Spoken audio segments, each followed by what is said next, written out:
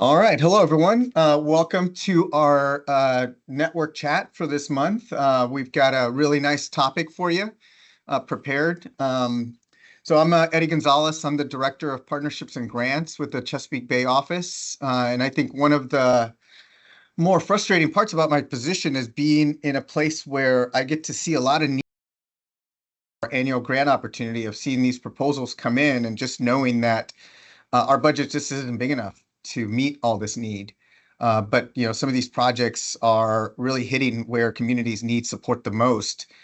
So I think our ability to help find alternate funding sources is part of what I see as a resource we can be providing as an office.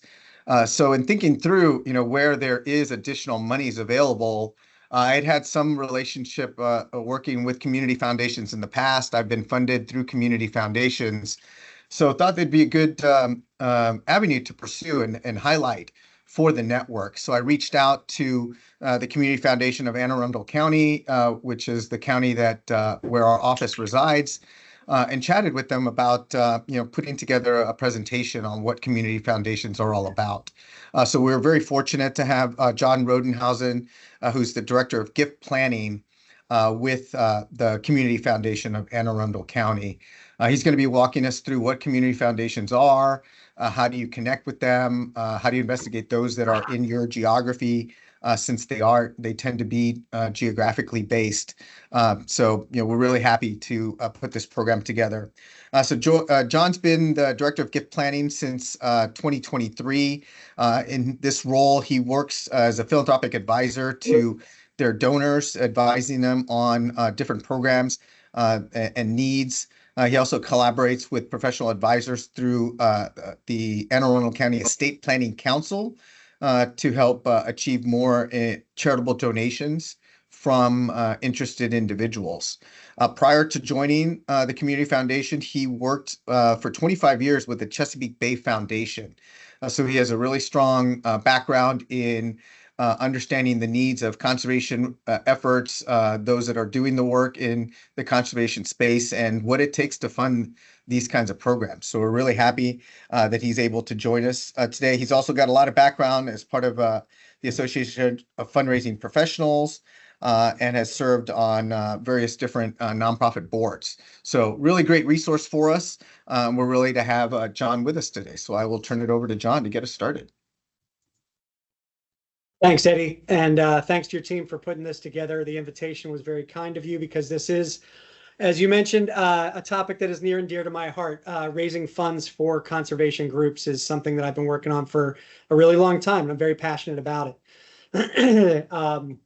I worked in the field for a very long time, about 10 years as a boat captain, educator. And then I moved over to the fundraising side, and I was a frontline fundraiser for about 15 years. And my introduction to community foundations was in that role, going down to Charlottesville, Virginia, trying to pursue a grant for one of our education programs. And when I went to the office, the receptionist said, do you know whose money this is you're pursuing? And I said, I have no idea, because it was the name of a foundation. She said, it's Dave Matthews, as in Dave Matthews Band. And I was like, okay.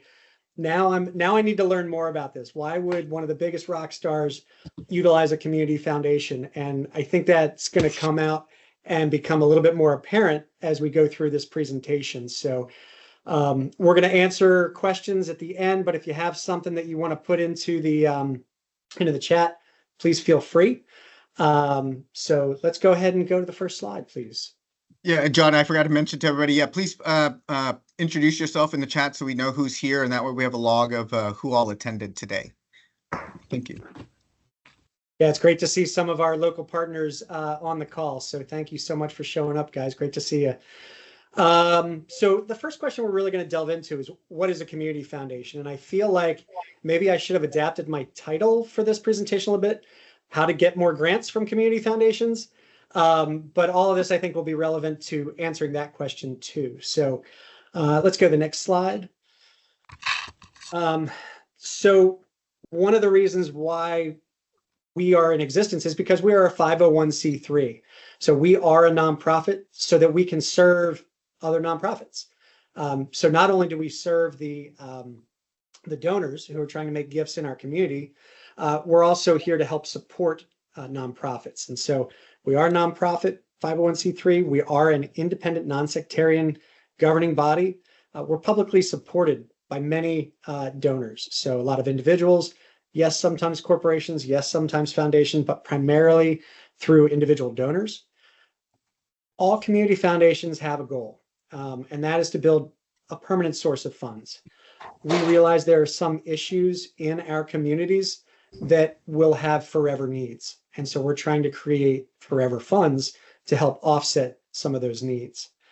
And as Eddie said, we're very focused on specific geographic areas. There's the Baltimore Community Foundation. There's us here in Anne Arundel County, but then you have the Greater Washington Community Foundation, which is a good example of a place covering multiple jurisdictions, but basically they are focused in that area. That does not necessarily mean that they only grant to that area.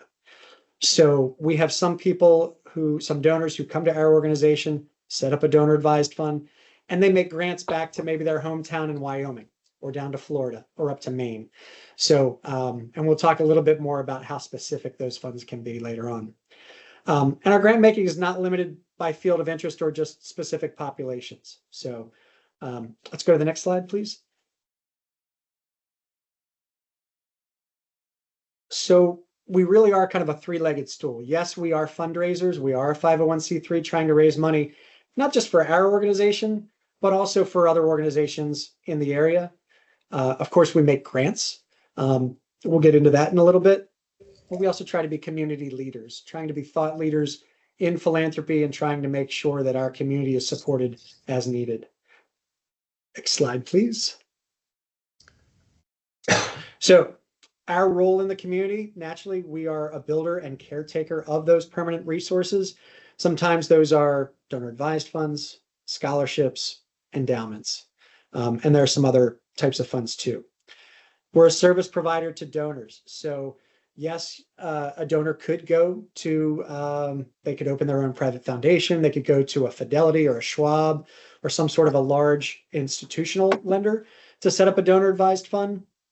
But we provide many more services, more of a white glove service to those donors. And here's the really nice thing. They can make an anonymous gift to a nonprofit. And we'll get into that in a little bit too. We do make grants with our own discretionary funds, and we'll talk a little bit about that. But we're also a convener, a catalyst, and a collaborator within the community. So we pull together different organizations for education programs. We have a celebration of philanthropy, which is a wonderful opportunity for people to get involved and to honor and nominate the people who are doing really great work in our community. Next slide, please. But community foundations are not really a new idea. They've been around for 100 years, but they are different in the way they achieve their philanthropy. So back when he was starting, lawyer Frederick Goff, when he was starting a community foundation for the first time, he felt there was real power in collective giving. And this idea that not everybody can be a Rockefeller or a Carnegie or a Mellon or a Jeff Bezos, or Bill Gates or anybody else who is in that sort of massive philanthropist level. Maybe somebody who only has $1,000, $10,000, $100,000 to give, how can they have more impact in the community? And that is leveraging pooled contributions, really making sure that we're all kind of working together to, one, identify the needs in the community, but then to also help support them. Variance power is something that is specific to a community foundation. And what that means is our board has the ability to utilize funds as they see fit. So here's a good example of that. Let's say donor advised fund is opened, donor has passed away and his funds were supposed to keep supporting a nonprofit, but maybe that nonprofit went out of business. Maybe the need was no longer there.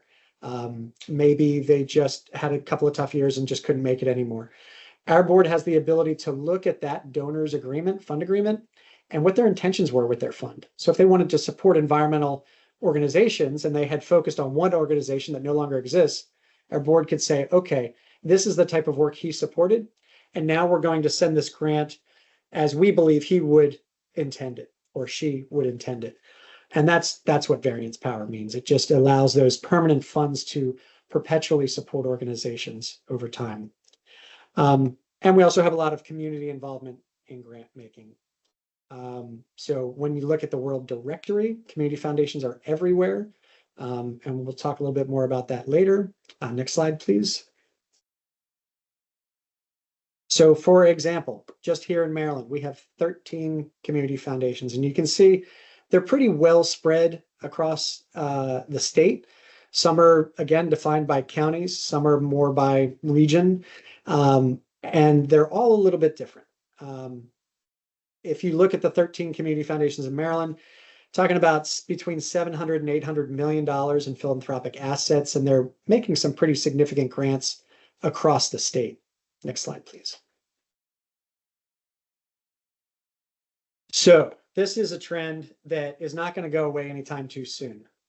Just in the last 30 years, we've gone from about 374 community foundations nationwide to well over 1,000.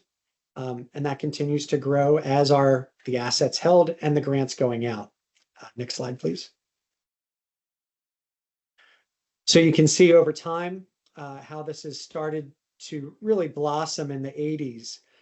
This idea of a community foundation, the impact they can have in a community. Next slide, please.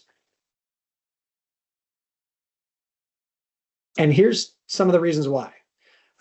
Tax laws changed, and as donor advised funds became more popular, you saw the rise of not only community foundations, but also the number of donor advised funds. Donor advised funds were kind of it was kind of a tool of the rich, and some of the changes in tax laws made it available to more people. And it really is a wonderful, wonderful tool. So that's okay. Go ahead. You can go with that slide. So as we're talking about donor advised funds, to define a donor advised fund, basically what that means is a donor creates, it's almost like a checking account for charity. So the donor has, for round numbers, let's say $100,000 they want to contribute, they put it into a donor advised fund, and they realize the tax benefit the year they make that donation into the donor advised fund. And then they can dole that money out a little bit or a lot at a time. So it could be over 1 year, 2 years, 10 years. They could take 30 years if they want. There's no required minimum distribution like there is with a private foundation.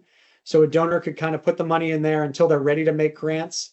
And when they do, on average, we see about 15 to 20% distribution annually, which is much higher than the average from community foundations. So, or excuse me, from private foundations.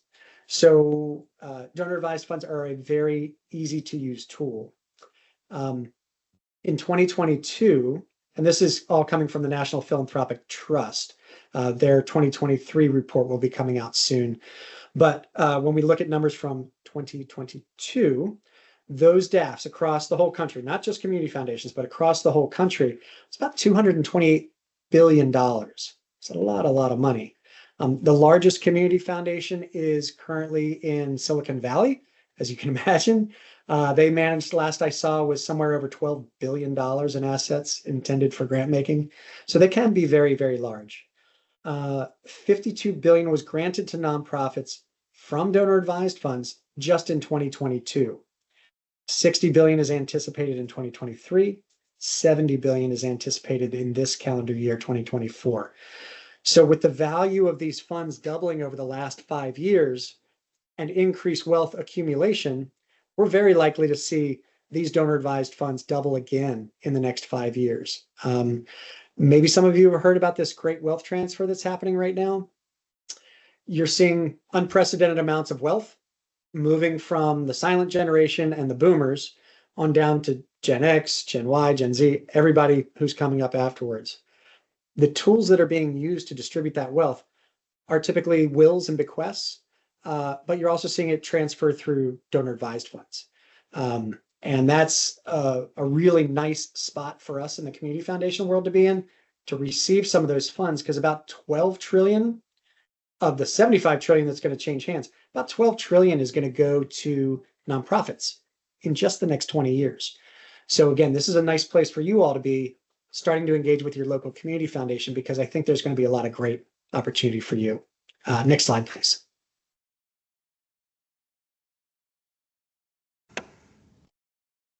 think we want to go back just one slide. Oh, no, you're right. Yeah, got it. Thanks. Sorry. Okay, so I'm going to talk a little bit about our community foundation, then I'll put it in the context of other community foundations across the country. As the little asterisk says down there at the bottom, if you have seen one community foundation, you've seen one community foundation. They're all a little different. Our particular mission, again, we're hyper-focused on Anne Arundel County, and our goal really is to connect people who care with causes who matter. We're matchmakers. So when I sit down with a donor and they say, hey, we have $2 million we'd like to spend, these are the issues that are important to us: healthcare, childcare, education, the environment. I'm listening and I'm sort of making a list of nonprofits that we know in the area who meet those particular needs in our community. And then I'll make suggestions to those donors. We vet our nonprofits, so we make sure they're in IRS compliance, that they are a fully functioning 501c3, that they have transparency in their budgets, things like that, so that this donor feels really comfortable making a donation because of our recommendation. And our overall vision really is pretty straightforward. We want a vibrant and generous community that comes together to enhance the quality of life for all. Next slide, please. So as we do that, we try to build bridges between communities. We try to be a catalyst to maybe fund projects, maybe help create a position at a nonprofit, or help them, enable them through training.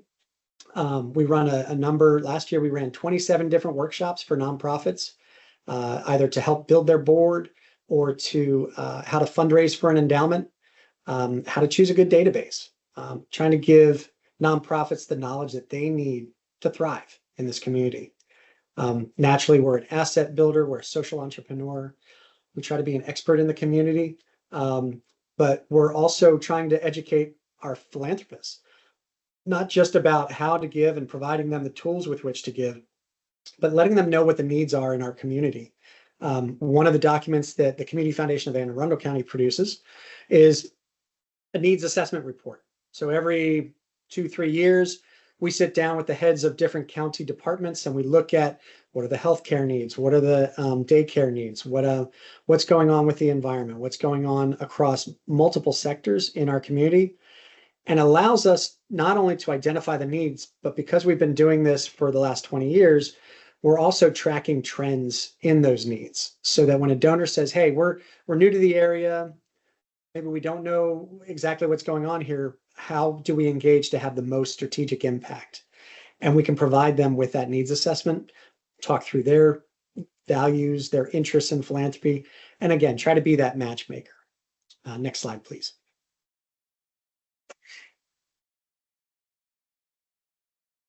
And as much as I love the environment and as much as I have worked in the environment, yes, we do address environmental issues here in Anne Arundel County and across the region, but it's really across the board. All the different community priorities that we identify, we are working very hard to try and provide funding that helps offset some of those needs.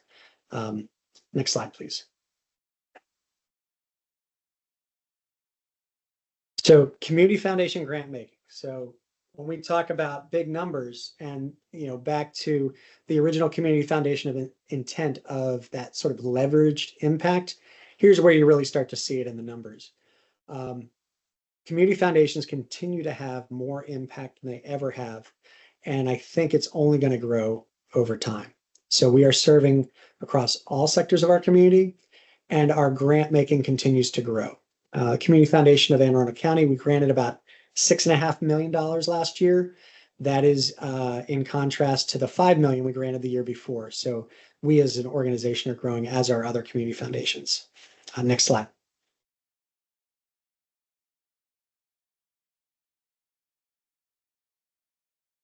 So this is, again, specific to our community foundation since we originated in 1998. So through 2022, the blue bar is showing our assets under management. As of 2022, we had a very good year this year, and we are now closer to $32 million that we manage in assets for grant making. But you can also see how the green bar is tracking. That's how much that's our revenue. Yes. So that's how much we're raising each year. But you will also see that our grant making has continued to go up as well. So each year we bring in a lot of money, but some of that is endowed, which means it's permanent. So it's invested, and we put out a distribution every year, a certain percentage of the interest revenue. But when we look at the amount that we grant out every year, it's significant and growing. Next slide, please. And this is our grant making by service area. Again, to that point, we're trying to meet all needs. Education is often a big winner in philanthropy, not just here in Anne Arundel County, but across the country. You also see human services, healthcare, health and wellness, all being the big ones. Environment is right on par with the national average, which I always found very frustrating as a fundraiser for a nonprofit environmental organization. You know, the air that we breathe and the water that we drink should be, I think, the highest priority. But, you know, I was a little biased. But yeah, it's amazing that only 3% of national philanthropy and our philanthropy here in the county goes towards the environment. But I'm working on that. So next slide, please. So as we try to meet community need, the next couple slides are going to talk about personalized service, local expertise, community leadership. So let's go to the first of those. Next slide. So what this means is it's sometimes donors are very transactional. You've probably seen a donor come in and say, I just want to make this gift once a year and that's it, and I'm out and I'm good. Don't bother me. Send me a calendar in December and I'm good. Others need more help.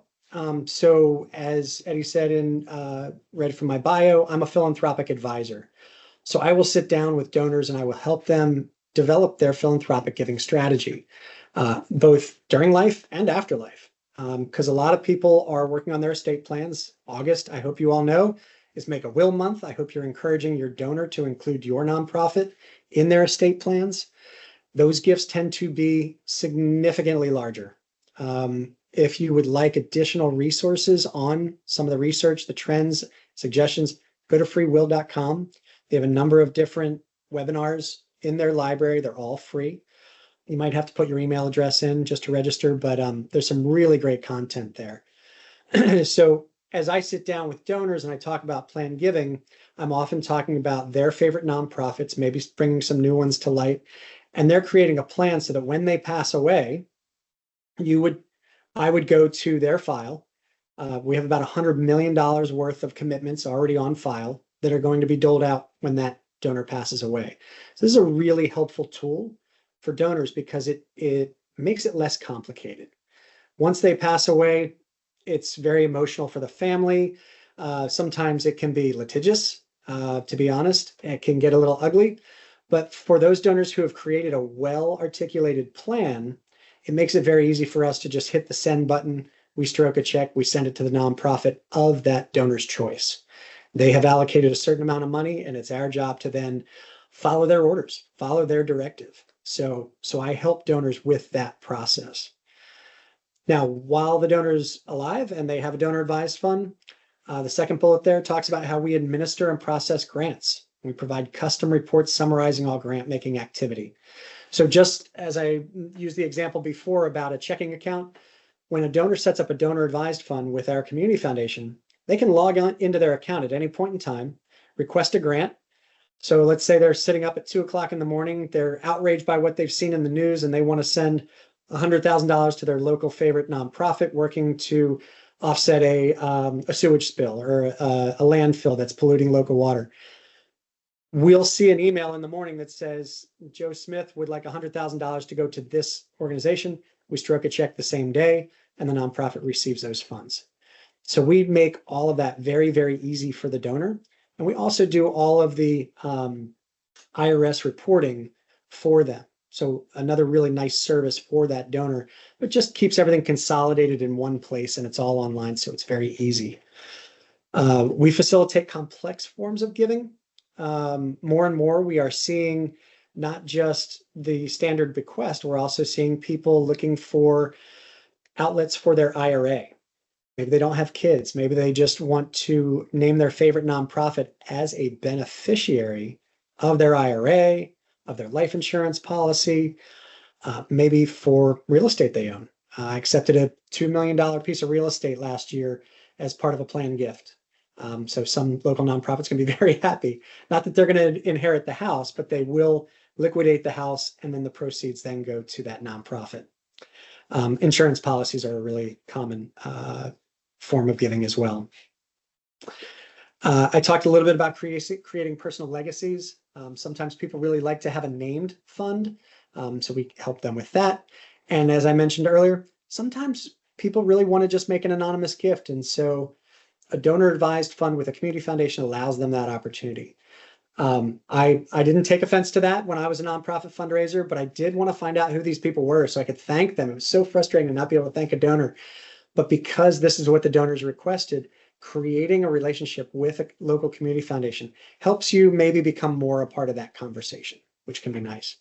And tax benefits. We all know that as a donor makes a donation, they receive significant tax benefits. I'll add one more thing to that. And I know I have about another 10 more minutes before we start wrapping this up. But what I wanted to say was when somebody opens an endowed fund with a community foundation, let's say they make, this was a scenario that happened recently. A donor set up an endowment for their favorite local nonprofit so that any distributions coming out of that fund will only go to that nonprofit. And what's neat about it is that donor got a tax deduction on their federal taxes when they made the donation into that fund. They got a 25% tax credit off their Maryland state taxes because there's a thing called a Maryland endowed tax credit. So there's an extra added tax incentive for somebody utilizing a community foundation. But then they also didn't have to pay capital gains tax because they donated using stocks, appreciated stocks. So that's like the triple threat of tax benefits for some donor benefiting your organization by utilizing a fund at a community foundation. So you can see, again, why people might be attracted to, why donors in particular might be attracted to the tools that are available through a community foundation. Next slide, please. So local expertise. Our staff live and work in this county. You will find that with most community foundations. And so because we have read numerous grant applications, because we've attended multiple events, maybe even because I worked in the nonprofit sector here in the county, we can bring that knowledge to our conversation with donors. And if they open their fund with a national lender that maybe is based in Omaha, nothing against Omaha, but those staff might not know much about what's going on here in our county or maybe in your county where you are. So we can provide insights about the issues. We can gather information about local organizations. We can distill that down and provide that in a nice little package to the donor. And we monitor all areas of community need. And so each of these points that I put on this slide, we also have corresponding funds that help support those needs in the community. So next slide, please. Community leadership. So we are leading the way by building these endowments. We talked about the importance of having permanent funds, and some people are really against endowments. Some people say, oh, we should use all those monies now. If only I had access to that $1 million that's locked in the endowment. And I totally get that. It's very, very true. But there are some donors who might not have given that gift if it wasn't a permanent endowment. So our experience has been that we see donors, and I'm sure a lot of you already know this, they love your organization. They're going to give their annual membership dues. They're going to pay their $25, $50. Maybe when you have a multi-year campaign, they might sign on to that multi-year campaign for $1,000, $10,000. But then after they've been doing that for a while, they might say, hey, Director of Development, how can I support your organization in a different way? And having an endowment gives the Director of Development that opportunity to say, here's something else on the menu of options that will support our organization and the cause that you really care about. So we find endowments are very attractive to some donors for that reason. And some donors, especially as they're building their legacy and they make those estate plan gifts, those really big 6, 7, 8-figure gifts, sometimes it's really appealing that an endowment is going to be there forever, and they know that their funds are going to go to the cause that they care most about. So endowments can be really, really effective as fundraising tools. We also help increase knowledge, as I mentioned, doing all these workshops that we do in the area. We want to make sure that we're front and center providing information to our community, whether it's the nonprofit or the donor. The more those folks are interacting in either workshops or online or through just conversation, we feel everybody wins. It lifts all boats. And we are committed to making transformational long-term impact in our community. That's what we're here for. Our community foundation's been here for 25 years. I guarantee we'll be here for 25 more. So next slide, please. So we insert ourselves in other parts of our community. And I'm saying this in the context of our community foundation, but this is a model that is similar in other community foundations that are probably near you. An estate planning council is actually a pretty interesting group of folks. These are typically made up of CPAs, financial advisors, and estate planning attorneys. Those people like to do business together and maybe have a networking event so that they can provide referrals to each other. And coincidentally, they also tend to provide referrals to us. So in many situations, a financial advisor or an estate planning attorney is sitting down with a client who has millions of dollars, but maybe that financial advisor isn't very comfortable with the lay of the land in the nonprofit world. So they'll send them to me, and I can help them set up their charitable portion of their estate plan.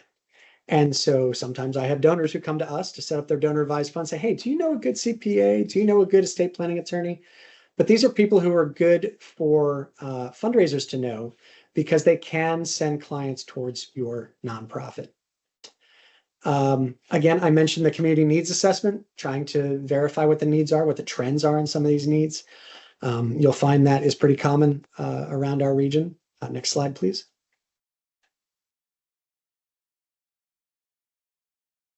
So the Community Impact Speaker Series is a little bit of a nod to some of those conversations I was telling you about. So we do webinars, we do in-person workshops. It really just depends on what the community needs. Sometimes we do 27 in a year, sometimes we do 15, just depending on what the needs are. And again, that's also the Strengthening Nonprofit Speaker Series. Next slide. We encourage our donors, our nonprofits, partners, our other community partners to attend or sponsor an event. It's a really great way to get in front of donors. These nonprofit speaker events, the Estate Planning Council, our Celebration of Philanthropy Awards Luncheon. Each of these gives a nonprofit a way to engage where donors are in the mix. So it's just a great way to collaborate and build your community. Next slide, please. So what do we bring to the leadership table? I think people enjoy the fact that we are nonpartisan. We can do some advocacy, and we can leverage our assets to help lift and bridge to resources. We are an independent 501c3. We are not run by the county. Even though we say we're the Community Foundation of Anne Arundel County, we are not run by the county. We provide our special insights, and we have a lot of experience running and funding initiatives in our area. Next slide. So how do we do this? What types of grants might you qualify for when you reach out to your local nonprofit? Obviously, we all love unrestricted gifts, right? So we feel the same way. So when we open a donor advised fund, and that's about 80 to 85% of the grant making that our community foundation makes. It's through those donor advised funds where the donor says, I would like to send this check to this organization. We help facilitate that process. A lot of times those grants from those donor advised funds are unrestricted to your nonprofit. They just want to support your operating budget or whatever you deem is your greatest need. And by building a relationship with your community foundation, the program staff can then help communicate some of those needs to these donors. So a really nice way to get involved. Temporarily restricted assets could include scholarship funds, designated funds, and field of interest funds. Some donors have a really specific idea of what they want to fund. Some don't. Some want to fund the environment in general, and then they'll allow us to receive fund requests for proposals and the grant proposals. And then we put together a committee who reviews all those proposals. And then we send the check out based on the recommendation of that grant committee. So that's a really nice process to start to be involved with too. So if you have the opportunity to reach out to a local community foundation and find out what discretionary funds they have, where could you send a grant application? That's a really nice way for you to engage. Scholarship funds. So if you know somebody in the community who's looking to go to college, there are often scholarship funds. Sometimes they're very specific. Sometimes it's to support military families. Sometimes it's some other type of scholarship. So just want to scroll through the websites of your local community foundation to see what they make available.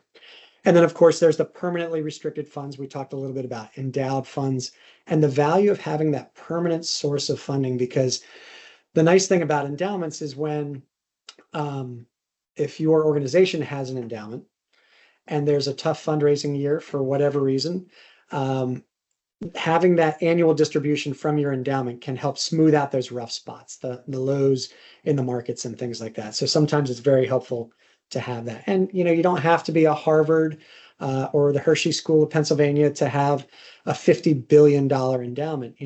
A $10,000 endowment, a $100,000 endowment is still going to kick off a couple $1,000s for you every year for your annual operating budget. So next slide, please.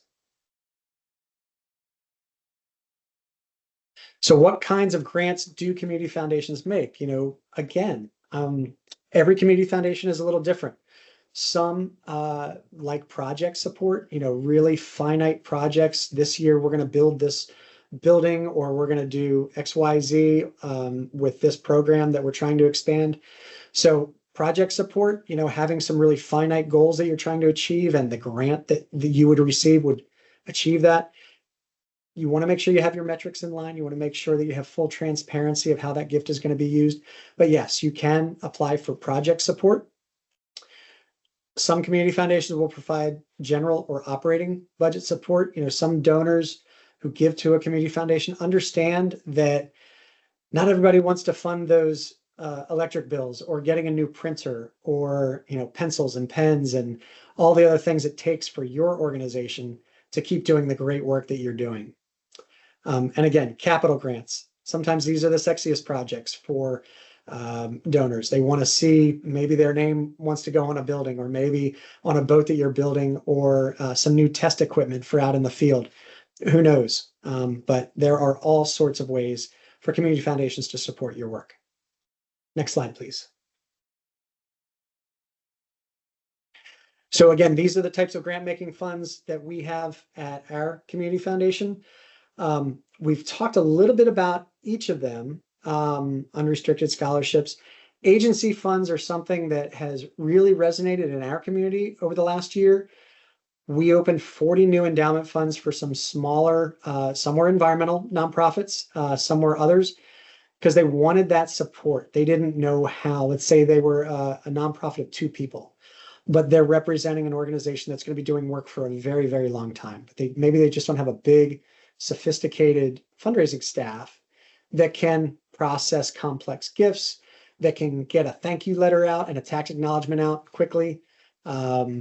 All these different administrative tasks that a community foundation can open, you can go and open an agency fund. And that means, let's say you put in $10,000, $25,000 that was in your savings, and it's just sitting there getting 1%, just kicking along, waiting for a rainy day.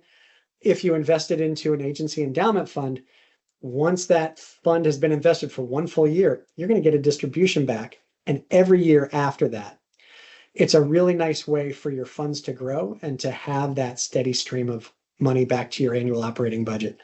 They're very effective for some organizations. Some people, they're like, I'm not going to do endowments, just not our thing. That's okay too. But giving circles, the last bullet there is kind of neat. We operate a giving circle, and a lot of community foundations run different giving circles. One example here is called Arundel Women Giving Together. Just as the title suggests, it's an all-female group. Men, they say, are invited, but I've been to a couple events and I was outnumbered by like 250 to 1. And it was really a really great experience, because these folks are all in on that leveraged pooled giving piece. So each person gives a certain amount of money. It goes into a pool. This giving circle then meets as committees. They receive grant proposals, and then they get an opportunity to decide where that money goes. And last year, Anne Arundel Women Giving Together gave a couple $100,000 into the community through that model, which I think is just a really, really neat way to go. Next slide, please. So here's kind of the next steps and what you can do specifically to start understanding and identifying with your local community foundation. There is, like I mentioned, we're one of 1,000 plus across the country. Council on Foundations is our sort of hub. It's where we share information as community foundations. I get a daily bulletin every day. There's basically blogs, and there's opportunities for people to ask questions. It's where I get legal advice if we are in a situation where we need to consult with a lawyer about a complex gift or something like that. Really, really wonderful resource. But the first thing that would be helpful to you is go to your area, go online, plug in your area, and it will tell you what community foundations are near you. So once you find out where that community foundation is, try to reach out to them and learn a little bit more about what activities, workshops, funds they have available. Spend some time on their website, get to know who their program staff are, and reach out. Submit a proposal, make a cold call, set up coffee with them. We really are hungry for, as program officers at a community foundation, we're hungry for what work is being done in the community. And I think you'll find that across the board at most community foundations. I mentioned the prospect of opening an agency fund. When I worked at a local nonprofit, I encouraged them to open an endowment with the community foundation, and that has done very well. It was a good opportunity, even if they already have an endowment. Having two can be very helpful because, again, you don't know who you don't know, right? So those anonymous donors who are giving to a community foundation, one way to get in front of them is to open a fund with your local community foundation. Kind of puts you on their radar, puts you on their website, it puts you in their annual report, it puts you in the conversations that they're having with their donors. So I would encourage that. If you have the opportunity to sponsor an event, if that's applicable to your work and who you are and what you do, it's another great way to get in front of a philanthropic part of your community. And then personally, just remember the 4 T's. You can donate your time, talent, treasure, and ties to your local community foundation. Maybe encourage people who are working with a community foundation to come do that for your organization. I think there's just a lot of really great opportunities for you to have a value add to your community by working with a community foundation. That's what we're here for. And I think you'll find the staff are always knowledgeable and helpful. And if they aren't, call me and I'll give them a call and tell them they need to change their ways. So go ahead, next slide, please. And this is where we ask for questions. I've been talking for the last 35, 40 minutes. I know I put a lot out there. So if you want to either come off mute or go ahead and put something into the chat, and we'll try to work our way through those questions. And any questions I can't get to, there's my contact information. You can email me anytime.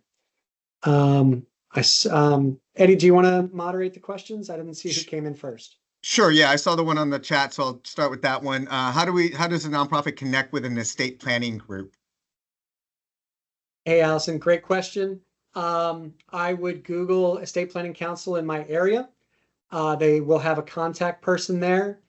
I have seen nonprofit representation on estate planning councils. That would be my first guess. And if you are in this area and you want help with that, give me a holler. Be happy to help start that conversation. Yeah, I've been to nonprofits as well, where especially if you're a nonprofit that holds annual meetings with exhibit halls or any sort of sessions where they have brought in an estate planner to basically be a service to their members in those conference spaces, so that you're not really trying to push it, but it's a resource for them. As if you have members attending your events, that's something that they might not have ever considered unless they see somebody there to help them. So definitely utilize exactly that. Right. Yeah. Okay. We're all bombarded with so much information during the day, and if you wind up in an event with somebody, don't you remember their face in the conversation a little bit more? Like, I think that's a really great way for you to be in front of those folks. They can only help. And yeah, John Potvin just chimed in, said he loved the picture. He's the manager of Thomas Point Lighthouse, which is the lighthouse out in front of Annapolis here. And they were kind enough to host our team for a little field visit out there. And then they opened an endowment with us, so which is really great. That's Thanks, awesome. John. All right, Victor, I see your hand up.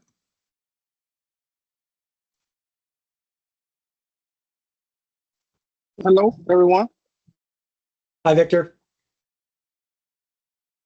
Hey, everyone. First of all, I just want to thank you all for hosting this. You never, as a business owner, you never have organizations talking about their involvement and what they're giving back to help nonprofits to get funding. So this is like new to me. So when I seen it, I definitely said I wanted to chime in. I definitely wanted to be here. So first, I just want to thank you all for doing this event today to give out information. I did have a couple questions. The first being, do I have to be an Anne Arundel-based organization to be able to access the funding that you all provide? There's two answers to that. So you would have to be in Anne Arundel County to receive some of our grant funds from, like when you submit a grant proposal to one of our discretionary funds, those funds specifically go to Anne Arundel County. However, as I mentioned, there are a number of our donors who open donor advised fund. And if they are familiar with your nonprofit, they can direct the funding from their donor advised fund anywhere in the country. Second, two-part like that one. I do have an office in PG County.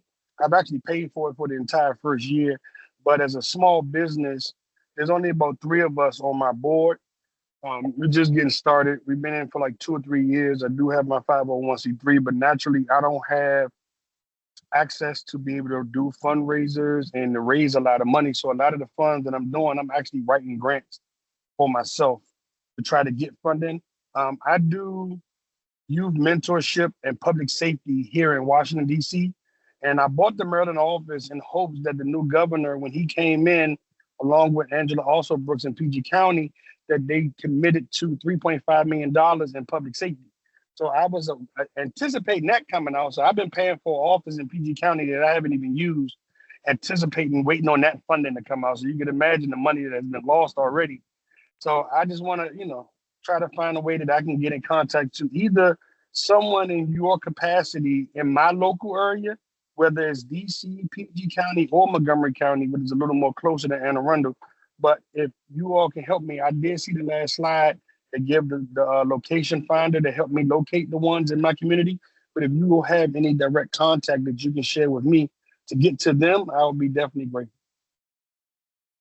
Yeah, absolutely. And there's a great couple links that are in the chat right now for you.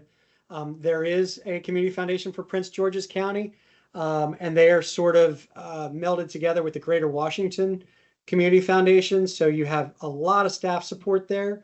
One of my former colleagues, Darcel Wilson, is somebody who works there. So if you just go to their website, I would encourage you to reach out to their staff. And I think they can help you with more of the local issues there. Thanks, Victor. All right. Yeah, Thank you, Victor. We had a question from Matt Cole as well about where to find additional funding opportunities. So I put in a couple of links to the foundation directory that gives you a national directory of nonprofit or funding agencies, but you also can look at the locator to find a community foundation near you, as 2 good places to start. And then Deborah Scott also asked, are each community foundation across the state structured in the same way administratively? I'm not sure what you mean administratively. Oh, okay. The counties across the state, they're not all the same size, so they don't bring the same amount of wealth to the table for any effort. And so when you look at a county like Montgomery, Anne Arundel, perhaps even PG, would their community foundation offices be set up the same way as maybe one, let's say Somerset County, for example, or Wycomico or Worcester? So particularly focusing in on the lower Eastern Shore. Yeah, Community Foundation of the Eastern Shore is a really great resource. Erica Joseph is the executive director there. Their staff is incredibly capable, very well-run community foundation. So are they similarly set up to ours? Yes, some components of it. They also offer donor advised funds. They do a lot more scholarship funds than we do at the community foundation. They do have some endowments. So you'll find some similarities. I would just reach out to their staff and say, here's my situation. Here's where I could use the most help. What would you recommend? And they have a lot of good local knowledge down there. Their board of trustees is made of people from Somerset, Wacomico, that whole area. So I would encourage you to touch base with them. Okay, thank you. You're welcome. Okay, next questions from April. How do we recommend what stands out to donors regarding total transparency, candid level? Can you explain that a little more, April?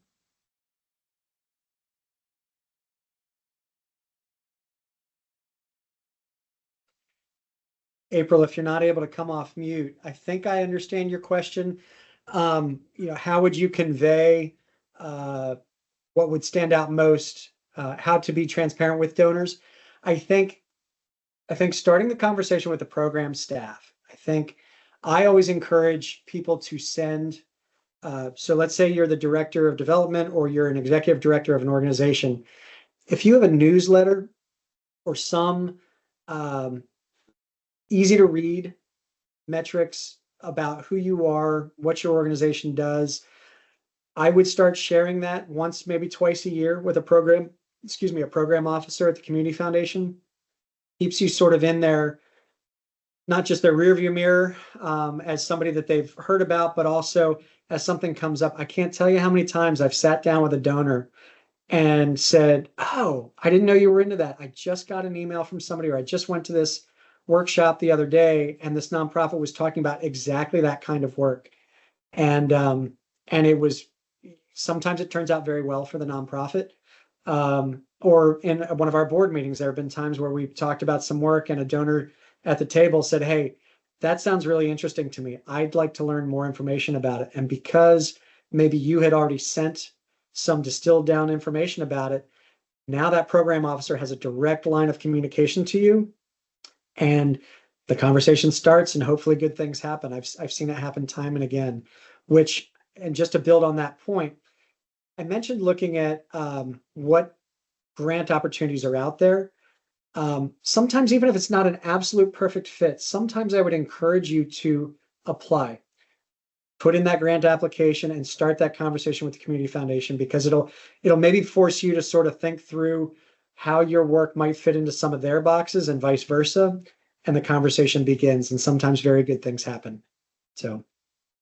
Yeah, is it fair to say that you're dealing with a little bit more leeway of interest versus like a program I would run? It's a very regimented, if it doesn't fit our criteria, it just won't move forward. I don't have any flexibility to really, or any other funds to pass it on to. But what I'm hearing you say is that it's still worth their effort, if it's not too burdensome, to submit and hope that there's some, interests in the topic. Absolutely. I fully understand the rigidity of public grants, and I understand the reporting requirements and all that. Oh my goodness, they can be very, very cumbersome. However, those grants can be huge and really impactful for your nonprofit.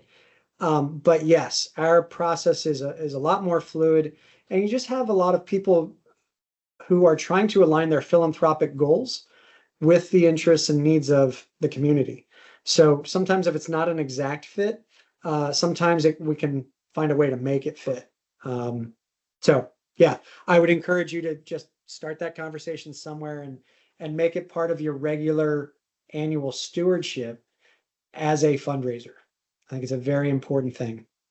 And you also highlighted that, if I go on your website, I can see the things that you are actually giving out grants for, what the process is. But it's also to a nonprofit's advantage to introduce themselves to the community foundation for things that aren't part of a program yet. They may just be an interest that you know of that hasn't turned into an RFP where you're seeking proposals. So some of it is getting a sense of what the community foundation covers, but then also what interest the donors may have.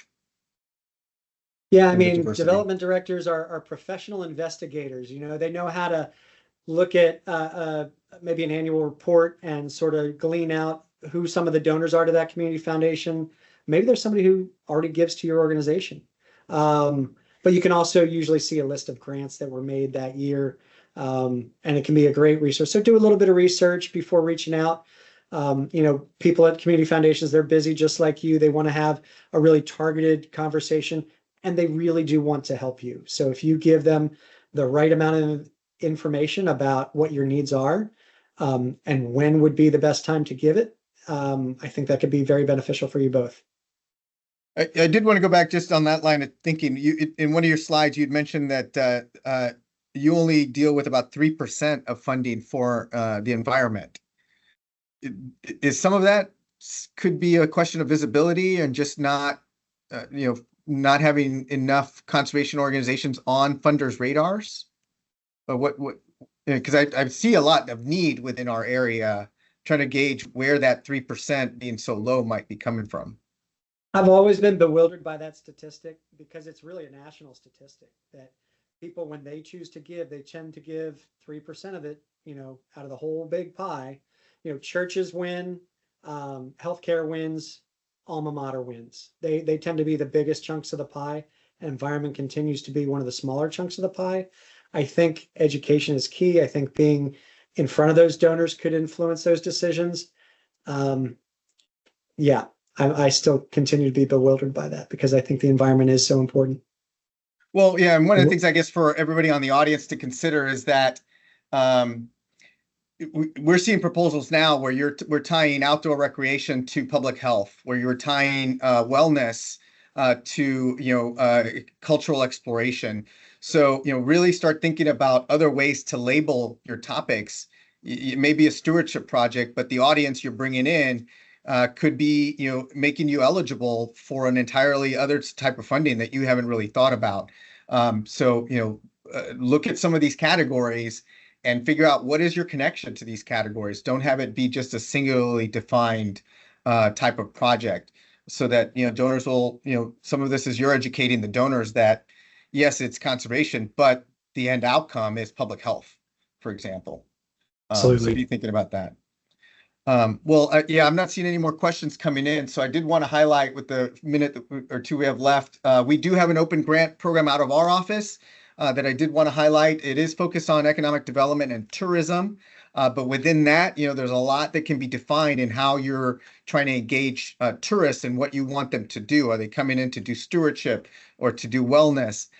So be thinking about some of these topics in that way. The deadline's going to be October 21st, so plenty of time to still be thinking about it. We do put some resources together about the application process that you can get to on our landing page, which I'll put on the chat real quick. But take a look at that and take advantage of our grant opportunity if it matches some of your needs at the moment. And any questions, John's had his information up. We'll circulate the slides as part of the recording on our YouTube channel, but I've got my information here as well. So take a quick screen grab of that and let us know if there's other topics you'd like us to address. This is all trying to just build more capacity for your ability to find funds because there's a lot of needs out there, and there is money. It's just a matter of finding it and figuring out how to apply for it. So we hope this was useful to you all. I think that is it. If there's no more questions, thank you, John, for joining us, and everyone else, good luck, and hope you can connect with your local community foundation. Thanks, everybody. Take care. Thank you. Thanks, everyone.